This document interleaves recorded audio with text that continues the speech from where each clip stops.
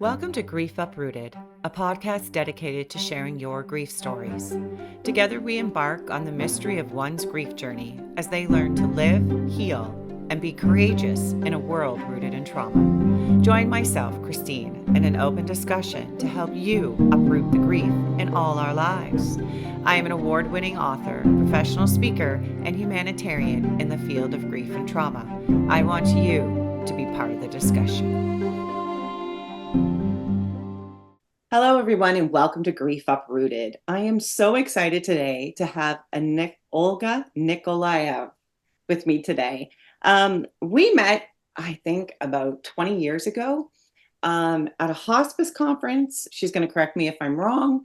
And we saw each other from across the room, and it was instant friendship. So welcome, Olga.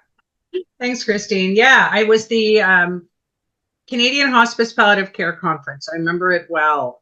It's one of those, I really appreciate the conferences and getting together with folks who are in the field of hospice palliative care and grief and bereavement. It's such a wonderful way to connect. I think sometimes we feel very isolated doing the work that we do. And so it's such a great opportunity to meet together with like-minded, like-hearted people. And I think back then we were the start. A lot of when we look at where we are now compared to where we started, I know for myself, it was the start of my book and my journey of bringing grief to the masses. And I think you were kind of in a similar position. But what you do now fascinates me. Your brain fascinates me beyond belief. But what I'm really curious about to start is what was your grief journey? Because it was one, I think a lot of people think about grief as the loss of a person or the death of a person. I found yours quite, I don't really know the right word, perhaps profound. Interesting. Yes, when you I'm not sure if it's that profound, but maybe. Fascinating. So explain how you became a death doula. So my journey in becoming an end-of-life doula trainer and thanatologist, or a fellow in thanatology, I think really began when I initially, I graduated as a registered nurse in labor and delivery. I figured if I was going to work with helping people, then I wanted to be in the happy place, which was bringing life into the world, although there is absolutely grief and death included in the laboring of birth. And unfortunately, in the early 90s, there was actually no work for nurses in Ontario, which is quite profound considering the shortages. Yes. And so I ended up moving to British Columbia, where the only job that I was able to secure was actually in long-term care homes. And so I recognized very early that, number one, my nursing training only enabled me to care for people or care for their physical pain and symptoms as it relates to end of life, because not that everybody in the long-term care home died or was there, dying, but certainly it was part of the care trajectory, part of their particular journey. And so I recognized that I had limitations, and that actually got me back to Ontario and to go back to school. And I was really interested in learning about psychology, more of the emotional sense of self.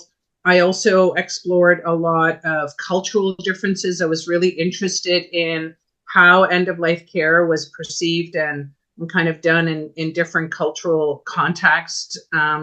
And then I also wanted to continue my learning from the spiritual sense. So, because I think at the end of life, all of those domains are kind of activated. It's not only a physical experience, it's an emotional experience, spiritual experience, and a mental experience, right? So it encompasses all of those different aspects of ourselves. And then, the journey has been 20 years, 30 years more so in the making. And so I can, I'm that old. And it continued to, I ended up, sorry about the dogs. I ended up working in palliative care in the community. And then I also started to see that there was a huge gap in public knowledge related to end of life. I think you can probably agree that a lot of families are initiated into care when somebody says, okay, now there isn't anything more to do, and now you're palliative. Mhm. And I found that there was huge gaps in that kind of knowledge. And about 6 years ago, I connected with a woman in British Columbia, Jennifer Malmez, who actually crafted one of the first Canadian college certified courses programs related to end of life doulas. And so I had already been doing some of that work. And so I connected with her and became one of the faculty of 5 that started to disseminate the end of life doula program.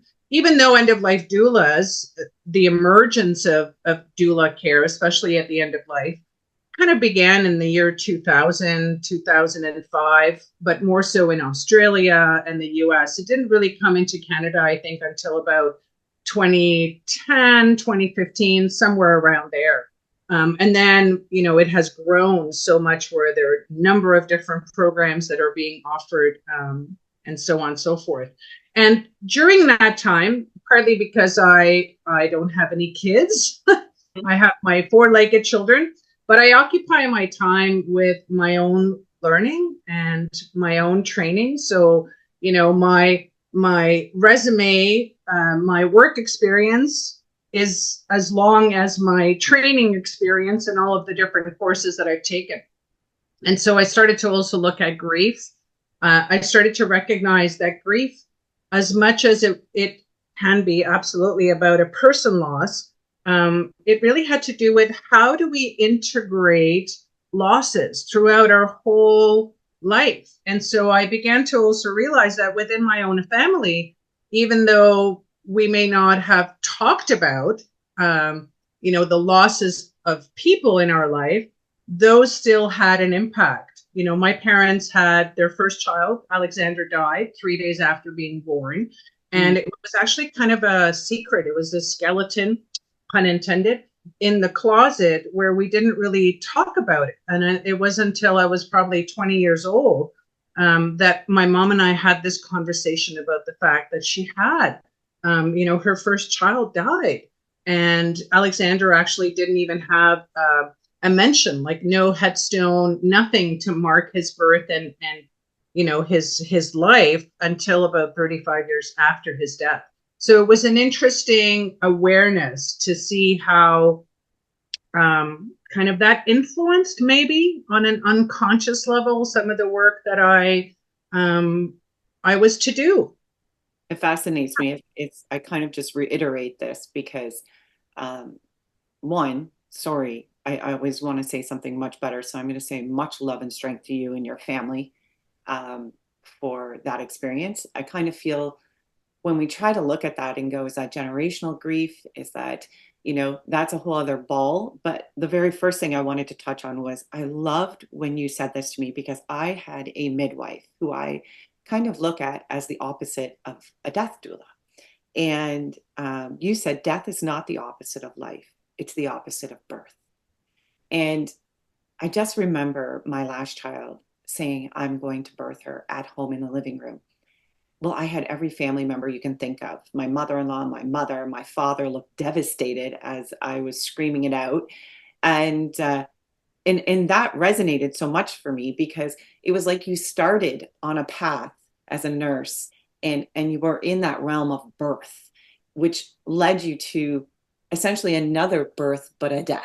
So I love that story. That's the part that kind of makes me step back and go, wow, what a really interesting story to bring you to the place you're at now. And when I think about those losses consistently, your perspective of grief from that, you mentioned neurological disruption. So I'm going to kind of just dive right in because I love that part. And I think people constantly think we have control of grief. Like I can control how I feel every day. And if I say these affirmations or I do this, I have control. Where I've kind of learned that I have to accept certain days are not going to be great. So, yeah, I was kind of interested in Grief is about losses and adjusting to a new norm. What do you kind of think about Yeah, absolutely. I think I've been in hospice palliative care for a long time, and so a lot of the focus is on physical person loss, person death. And sometimes, in the field of thanatology, which is the study of death and dying, there's looking at grief as again, how do we integrate the losses in our life? Right. So the losses could be person losses, but they could be the ways in which we are separated from the things or the places or the concepts that are meaningful to us. So we can look at even our life development, our, consistencies of losses and gains, you could say. Certainly now being in menopause, that's a loss. that? There's an acknowledgement of the loss of the fact that I will not Yeah. ever be able to have a physical child because now I'm in a different stage of my life. So coming to terms with that, recognizing it as kind of the norm, right? As recognizing that death actually is not extraordinary, that it is part of our life, it is part of our living experience. And so it makes sense that grief is also not something that we need to, I don't want that to happen, but recognize that it is an ongoing part of our living experience. The other thing I want to kind of pull out as well is that, just like birthing and dying, they're actually not medical events, right? Those are social, natural events. They may require medical intervention in order to have safety and in order to have, optimal kind of delivery in both areas, and certainly require a more holistic view, but they are relational. They are about the relationships that we form and the way in which we are informed by our societies as to what is okay. Your example, again, reveals that it's not really sanctioned, let's say, for women to birth at home, even though that was the norm, right? But there's sort of this hypervigilance of medicalization on both ends that actually cause a lot of suffering. And I'm not suggesting that we remove all medical interventions from dying. I'm not saying that, but there needs to be an inclusion of more of the holistic relational framework, which is what end-of-life doulas are fundamentally offering, a non-medical, holistic support that enables not only the person who's dying, but also whoever is around them, could be family and friends and caregivers, to navigate this particular process in a holistic and relational way. So much there is, I'm just going to back up to the menopause thing. Totally can relate. Headed to 52 this month. And I wonder if people would stop for a bit and embrace those everyday losses, such as the idea that I will never have any more children. Also with dealing with the night sweats and all those lovely things that come with it.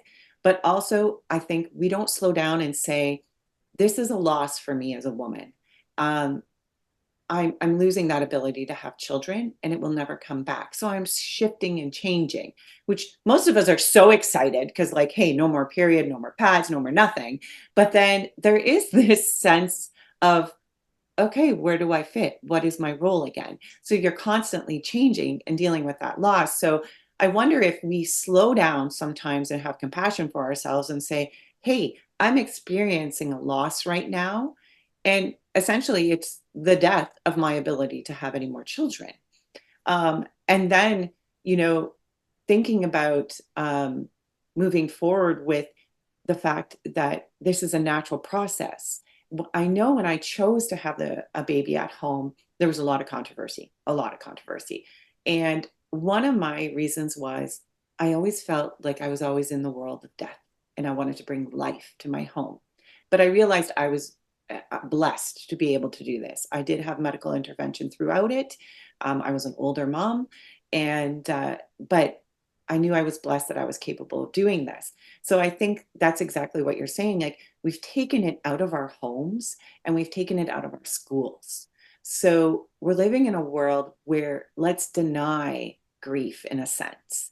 And even though we're talking about it and we're pushing forward with it, I still think in our brains through the generations, we've learned to kind of just shift it away and go, well, these are just emotions. And if I do this, it'll all go away. So I love what you're saying because I think it's a choice. And if you're lucky to be able to have a death doula be there, I think it's an amazing experience for people because that's what it is. It's a life altering experience that is completely natural. Um, one of the things, though, I wonder neurologically, when you're dealing with grief, I often talk about the prefrontal cortex kind of taking a beating, really. Yeah, exactly. It just, and you do the fight, flight, or freeze. What's your thought on that when, Yeah. go ahead. Yeah, I think that's very true. I think from trauma informed care or even terror management theory, Mm, we've come to recognize that when we're under stress, the amygdala and the bottom part of our brain, which is really involved in survival, is what's activated in the stress response. And so then the frontal cortex, as you say, which is part of our brain that is involved in decision making, emotional regulation, and balance, kind of goes offline. And yeah, so we're only relying on the instinctual, animalistic, if you will, senses of are we okay, are we not okay? And it very fundamentally is related to our survival. And so that's, if we know that, then maybe what we can do is introduce to people, introduce to ourselves, maybe mechanisms or techniques that help us to regulate our nervous system. You know, the notion of the mindfulness and taking a few moments to do some deep breathing, semantic exercises, you know, all kinds of different opportunities in which the brain can kind of come into more of an ease, right? mhm, So that we can reduce that really stressful response. Then the frontal cortex can come back online, right? So absolutely, I agree with that. The other thing I think that we can add to the conversation is that over the last 20 years, we've had a lot of really interesting information related to our brain structure and how it works, and our mechanisms of how we hardwire our brains. And so, you know, the grief theories talked about initially in the 50s and 60s and 70s, 80s, and continue, they talked a lot about this notion of searching and yearning, which can be very disruptive to people, right? Like, why am I still thinking about my person? Why am I still expecting them to walk through the door? What's wrong with me? And so they were laying a lot of the what's wrong on their own inability to control their brain, mhm, right? And so part of the teaching is and sharing with people is to say, this is how your brain is structured. And so you have to give yourself some grace that your brain is only doing what it's been programmed to do. And now it's rewiring itself, and it's going to take a bit of time to do that. And so now we not only have, you know, the theory related to the observation and to capturing what people have said of their grief experience, but now we have some of the science that says, oh, this is part of the brain. In order for us to reduce the stress response of someone coming into your home, your brain says, you know, that person comes into the house at 5 o'clock. And then when they don't, you're still firing on those particular hardwiring that you've done over the years. So your brain is kind of going, this is what I'm expecting. How come it's not happening? And again. And so it takes a bit of time to maybe introduce new patterns and for the brain to rewire itself. That's why I think a lot of mindfulness and you know, having an opportunity for people to talk about their experience can be really helpful and hopefully reduce some of that maybe self-shaming. You know, what's wrong with me, right? There's always, well, there isn't, it's not that there's something wrong with you. This is the natural mechanism of your brain. And so it's going to take some time before it learns these new patterns in your life. And I think people often look at these patterns, they've come from somebody. But I find patterns are created. Um, you talk about assumptive worlds, and I'm totally going to go there. But what I love about this is really just pulling it out of the ground and going, it's like you're trying to lose weight and you say, okay, I'm just going to eat this, but you haven't really looked at your physical body and went, your body metabolizes sugar this way. Your body metabolizes carbohydrate. I can't say it. I'm going to skip Carbohydrates. carbohydrates that way.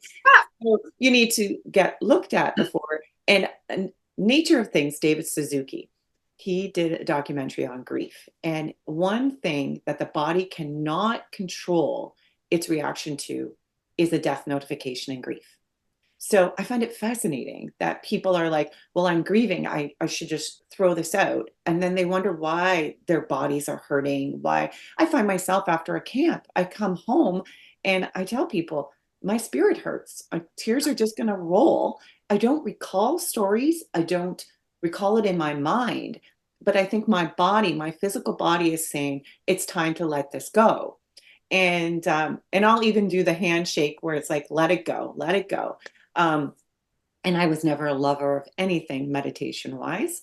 And I've learned Dancing, again, it's not only exactly. about peace, but it's might be about, discharging, right? We're also people, I think the body also is an energy, right? So we're kind of in the soup of people's grief. And especially when you have maybe a collective grief like that, like a grief camp, especially when it's with children and all of your own instinctual protective mechanisms come into place. And that is part of your energy body kind of wanting to take on and transform maybe some of that grief because you're feeling that loss. You're feeling it in your heart. Your heart, is physically impacted. And so decompressing, right? Kind of shaking out. I mean, that's what animals do when they're not comfortable. They shake. And so we can learn from them that that's actually a really helpful thing to do. I dance a lot. When I feel the ickies and I feel the stress or the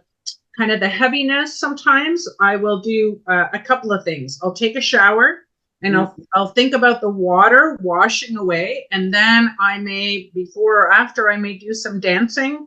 I may just, do something physical so I can discharge some of the kind of the energy that I may have taken on. Well, and that is so good. And people need to realize that it does start with your mind and your body. So many times going into organizations to help, or even yourself, you've seen where people are trying to force themselves to grief.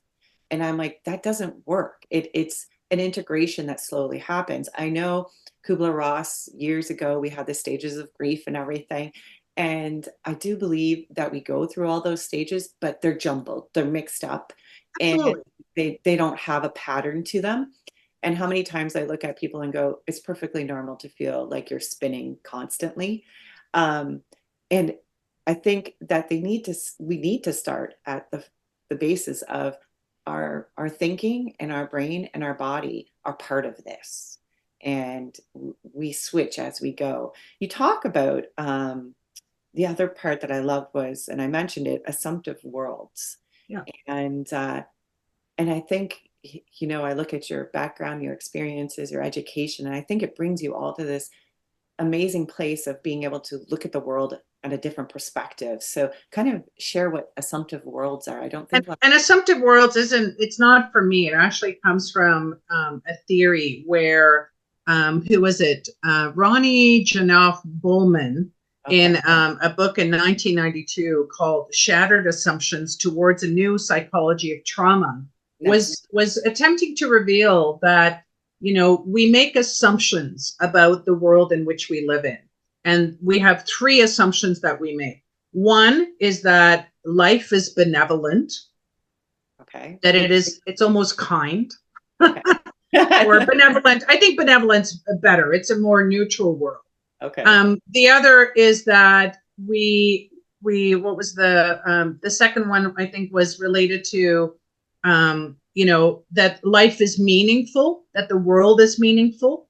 and Okay. that we are worthy, or if we are good, we will receive the good things in life. And Okay. what we know, and think about books like Bad Things Happen to Good People. Yeah. It's a similar kind of theme as a way of saying, yes, life is benevolent, but it has good and bad and evil and sacred and meaning. It has all of those things in it. And Yeah. so, and I think again, right, that it has, that we're worthy, that somehow, if I'm good, these losses won't happen to me. And then people's worlds, their assumptions are kind of shattered when the unspeakable happens to them, when they lose a job that that was meant for them, or they thought was going to carry them into retirement, or a family member dies, or a pet dies, or war breaks out. I would also make the assumption, not the assumption, but I think I would make the hypothesis that Western civilizations, because maybe especially in Canada and US, because we have been not at the effect of war Yeah. in our land, for a long period of time, we've kind of come to the point of assuming that life is safe and that we're going to live to a ripe old age. And so it's hard for us to even come to understand and have empathy when people are experiencing very different realities in the world. And so again, if we can combat some of those assumptions and to say, we can't assume, right? We all know assuming isn't great for us, because it actually, in some way, has us live in kind of a, I don't know, kind of a world that actually, it's like an illusion, Yes. I right? remember assume. I don't if you remember this in my school days. It might have been an inappropriate thing a teacher said, I guess, but it was an ask you and me. So Yeah, assume assume. Make you. an ass out of you and me. Yeah, I don't know Absolutely. where I Don't heard that assume. from, but Don't assume. And this, we make those assumptions, right? We make those assumptions when we say things like, grief is unexpressed love. We make assumptions, and that unfortunately puts out a message to people who may be feeling a loss, maybe of a relationship that wasn't a loved relationship, and feel like somehow there's something wrong with them yeah, because they're not feeling the love, right? Or it denies them the ability to actually feel their grief, or maybe compounds their grief to say, there's really something wrong with me, because I really should not be feeling this loss, because it's only my dog, right? It's not a real person. And so therefore, or grieving, a past relationship yeah. through divorce or separation, not through a death loss, but through a separation loss, right? It's like, I'm not allowed to feel the grief because I no longer love the person. And And people, so it makes it so much more complicated for people.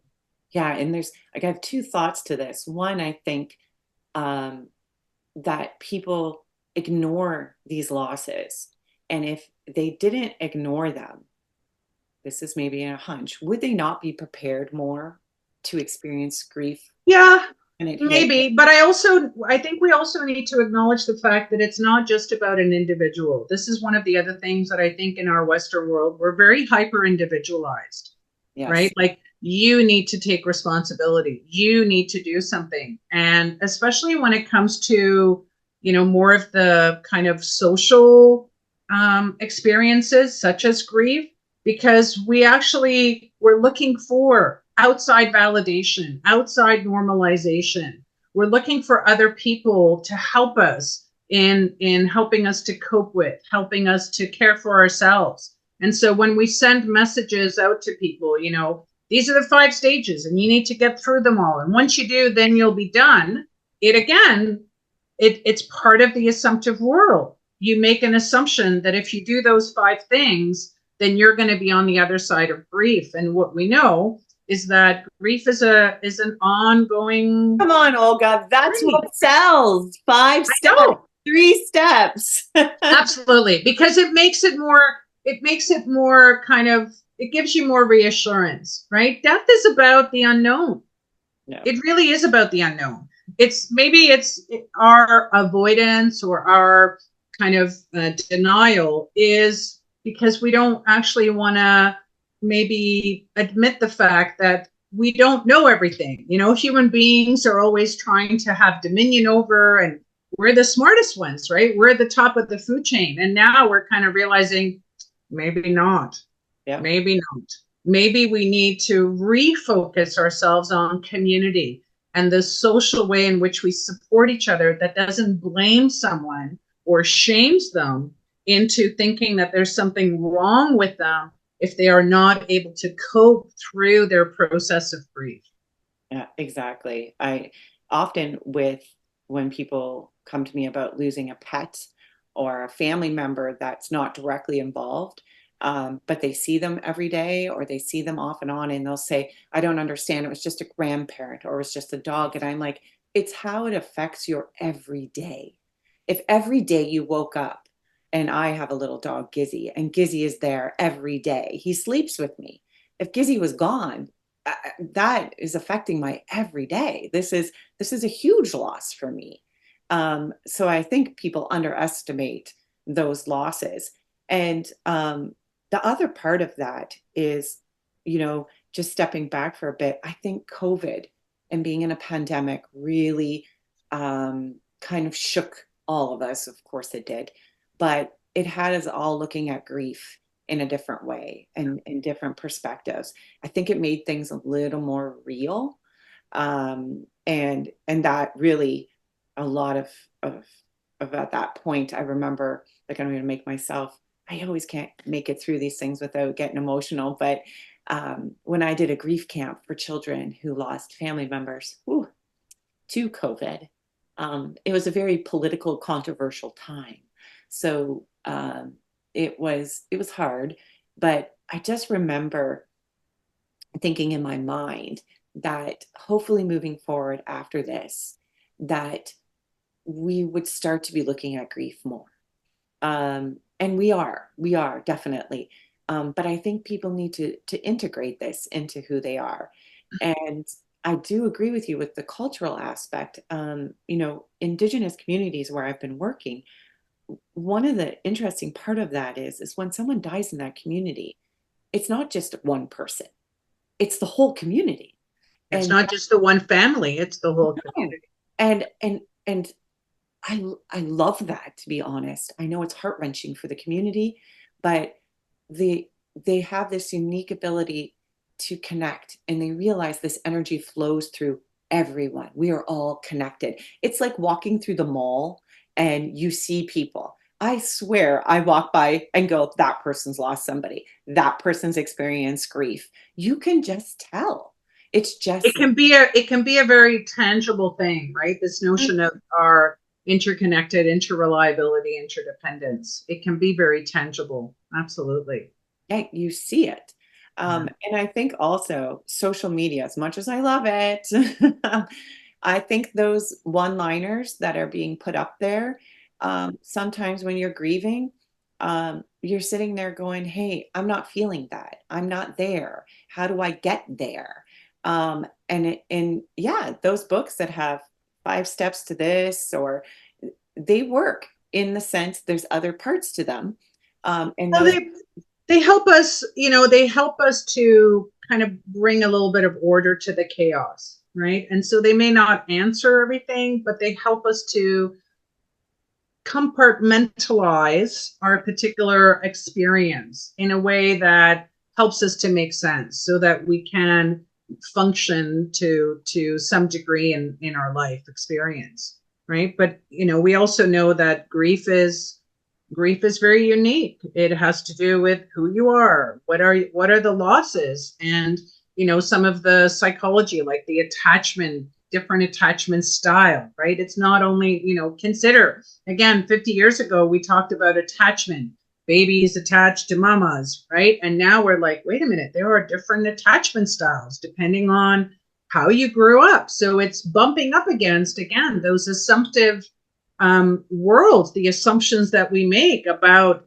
love, bonding, and attachment, to now recognize, oh, if somebody had a trauma in their childhood, they may have a very different kind of attachment style. And that's going to actually impact how they connect with other people and how they then maybe do their own grieving process. Absolutely. And it can take years. So, what was the last assumptive? You gave us two. The very first. So the world is benevolent, the Mhm. world is meaningful, and I am worthy. Oh, that's a good one. Right? Which is the no, but the worthiness is oftentimes connected to good. Mm-hmm. If you were good, good things will happen to you, right? Yes. But that's not necessarily true. And so the surprise, the shock, what do you mean bad things happen to good people? What do you mean this just happened without any kind of meaning? What do you mean the world is actually not benevolent, but is actually it is benevolent, but we want it to be heavenly. We want it to be good. I'm going And to dive in here a little bit. With when you're a child and you lose somebody, which has been really a main focus for me in my study, is they often do self-blame. So looking at thing these, I did I cause it? Can I cure it? and Right? All of those 5 C's. yeah, and carried right into adulthood. And then Mhm. these relationships develop and it's always their fault. So I'm curious is, because I get asked this question all the time, how, as a parent, can I help? Like, I often describe myself being in a jar, looking at the world as a movie. And people would say, what happens if your parents came and shook the jar or took the lid off or, exploded it so that they could talk to you? And I found emotional denial was a lovely technique as a child. And it helped me slowly understand what was taking place, instead of just like poof right into me. I don't know if my physical body could have. Probably couldn't. That's why denial is a defense mechanism Yeah. to So protect you from the it, trauma. yeah, it allowed that slowly to. But in working with kids, it's really hard when they're, you know, I did it, and they didn't. You know that that's not directly, and they've taken an event that took place years prior and connected it, especially with suicide. When someone completes suicide, the child will often take an event that was Right. months prior, and I wasn't good enough. I wasn't. We see this in divorce also, and looking at that, there, with that assumptiveness that we are worthy, um, if we do good. Well, these are things that are out of our control, and we've decided we And didn't. so it's still the creation of an assumptive world. I Mhm. must be bad, the world must be horrible, and it's not benevolent. It's bad, right? And Mm. so that's how the assumption is built, right? So it's still an assumptive world. And I think with children, it can be difficult because, consider that our brain isn't fully developed until the age of 25. And so even our thought processes, and if we now recognize as well that our brains have neuroplasticity, that they are able to adjust and rewire and do all those things, that it's not that, you have this set of brain functions and that's all that is. We are now seeing that there is some ability to rewire the brain or to even regrow neurons and those kinds of things.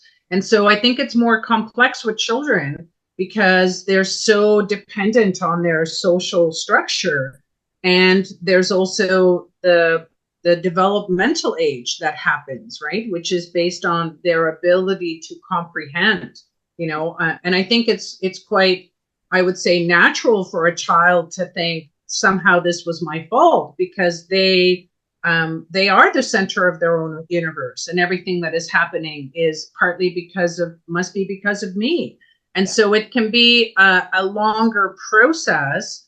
But I think the important piece is to continue the conversation, right? To open things up. Tell me why you think that is, or continue the conversation. Again, if we overlay this is supposed to take only a year and you're going to be over it, then we're actually missing an opportunity to continue that conversation as the child is developing mentally, emotionally, physically, spiritually, to then better understand. Because certainly we don't necessarily hang on to it, right? Mhm. Certainly as adults, we can look back and say, I recognize it wasn't my fault. It wasn't anything that I said. I recognize that it may have been an illness or it may have been other circumstances. And so I can remove myself from the causality of that death.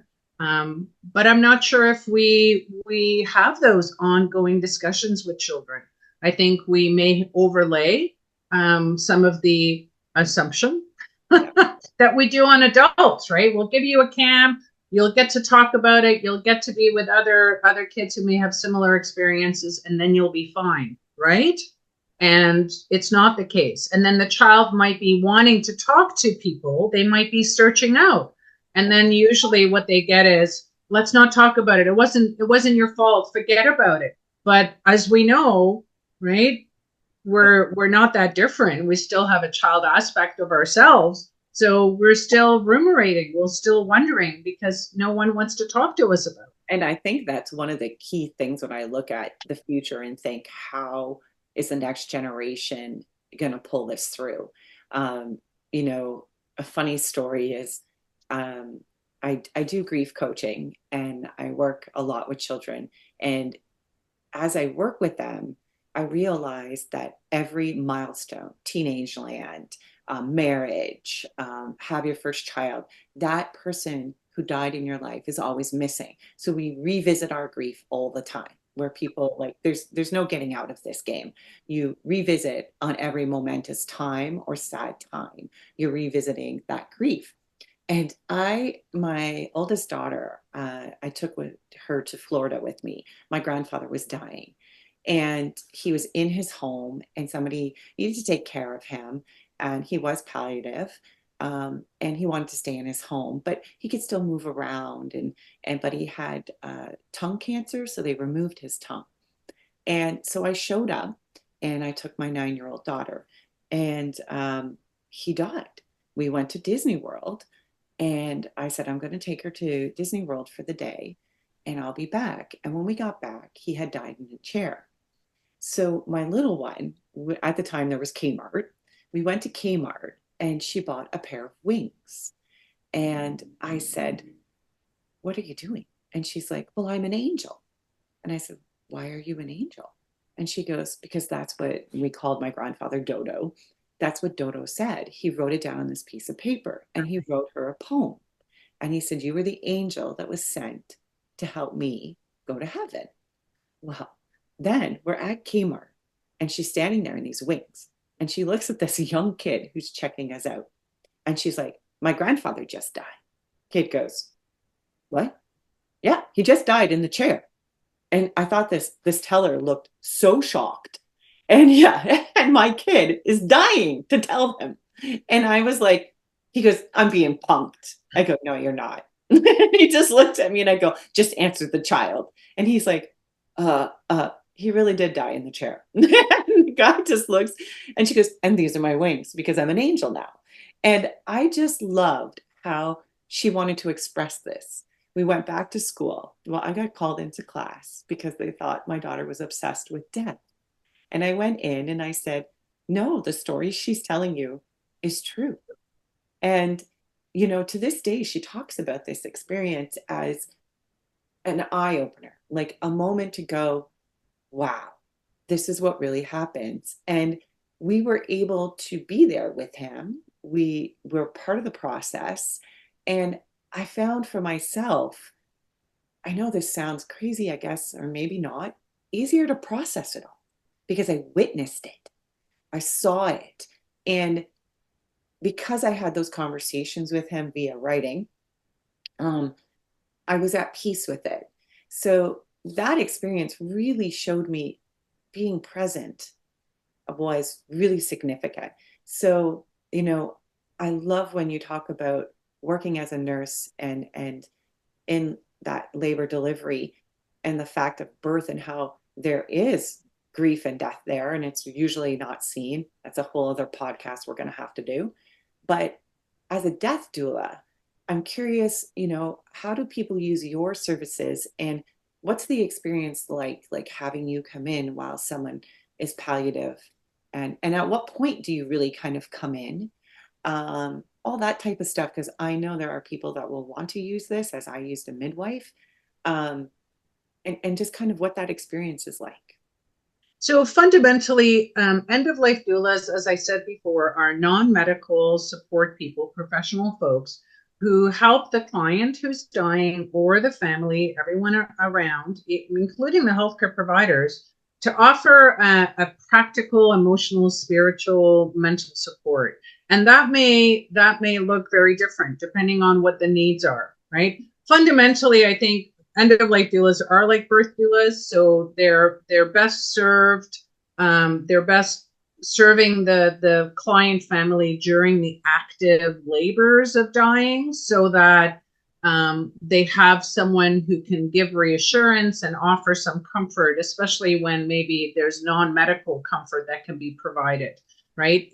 We can't always, be able to diminish pain, because people may experience, as Dame Cecile Saunders coined the term, total pain, which means that they can have emotional, physical, mental, spiritual pain.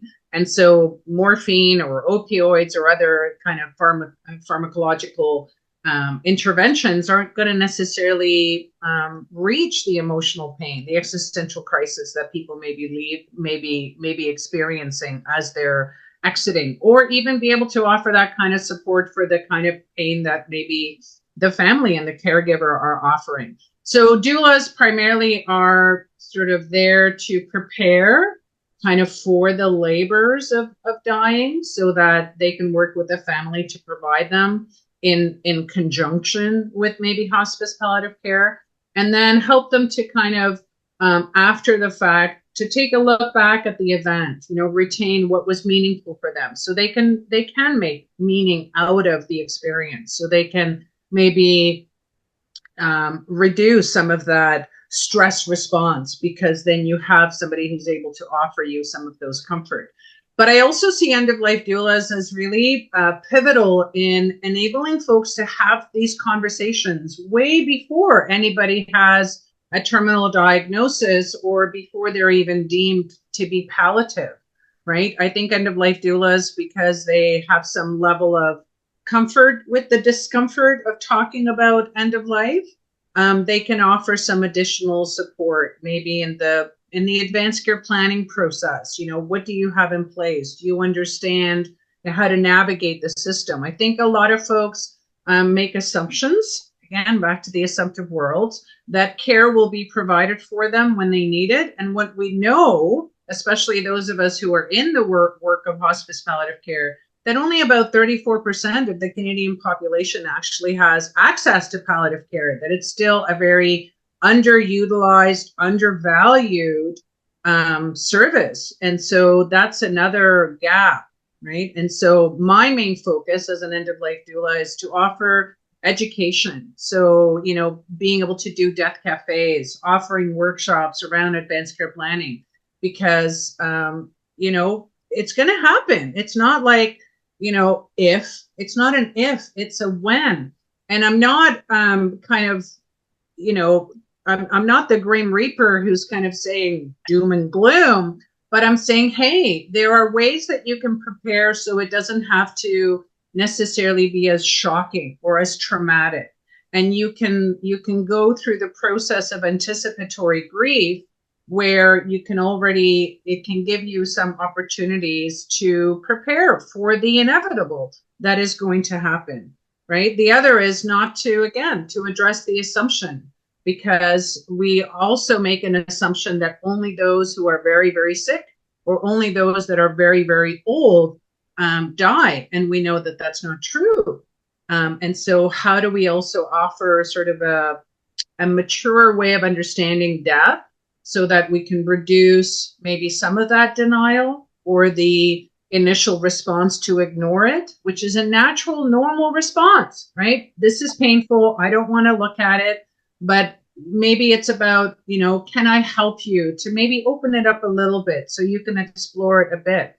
I also studied world religions. And so one of the things that I've seen is that almost all world religions, or many, many spiritual faiths, have an element of death awareness.